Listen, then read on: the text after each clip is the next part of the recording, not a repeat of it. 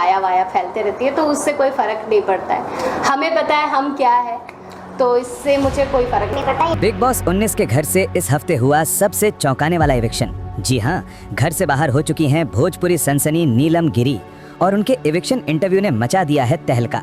नीलम के इस इंटरव्यू में ऐसे ऐसे खुलासे हुए हैं जिन्हें सुनकर ना सिर्फ दर्शक बल्कि बाकी कंटेस्टेंट्स भी दंग रह जाएंगे।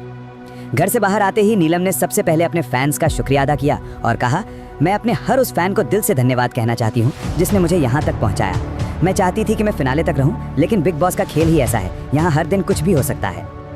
नीलम ने आगे एक ऐसा बयान दिया जिसने सबको हैरान कर दिया। उन्होंने कहा, कुनिका मेरे लिए माँ जैसी रही है। जब मैं घर में उदास होती थी तो वही थी जो मुझे समझाती थी।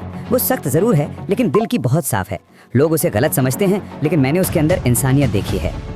जब नीलम से पूछा गया कि वो टॉप 5 में किन कंटेस्टेंट्स को देख रही हैं, तो उन्होंने बेझिझक कहा, मेरे हिसाब से टॉप 5 में होना चाहिए अमाल, मृदुल, प्रणीत, तान्या और कुनिका। पहले शहबाज को भी टॉप 5 में देखती थी, हालांकि उस समय मैं शहबाज को भाई मानती थी, लेकिन अब लगता है वो उस लायक नहीं निकला।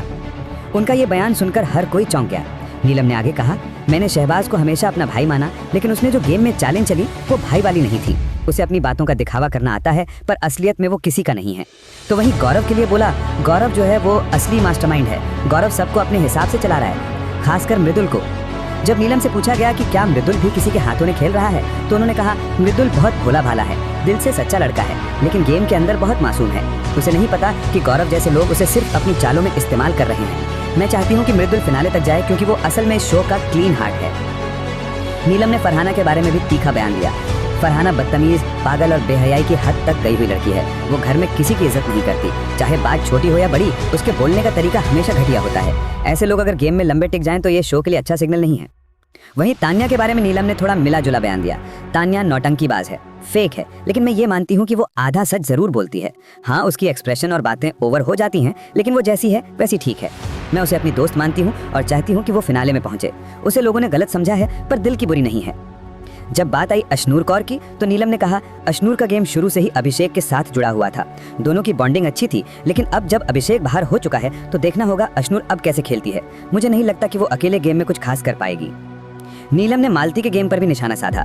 मालती का कोई अलग गेम नहीं है, वो बस गौरव और मृदुल के ग्रुप में फिट हो गई है। उसके पास कोई स्ट्रॉन्ग आइडेंटिटी नहीं है। प्रणीत की बात आते ही नीलम का चेहरा मुस्कुरा उठा। उन्होंने कहा, प्रणीत वो इंसान है जो गेम में सबसे रियल है। उसने कभी किसी के पीछे बातें नहीं की और जब उसे किसी से दिक्कत होती है तो सीधे जाकर बोल देता है।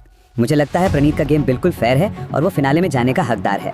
अंत में जब नीलम से पूछा गया कि उनके हिसाब से बिग बॉस 19 का विनर कौन होगा, तो उन्होंने बिना झिझक कहा, मेरे लिए अमाल सबसे स्ट्रॉन्ग प्लेयर है। उसने हर टास्क में अपना 100% दिया है, स्ट्रैटेजी भी है और इमोशन भी। लेकिन अगर दिल की बात कहूँ तो मेरा दूसरा चॉइस मृदुल होगा, क्योंकि वो भले मासूम है पर सच्चा है।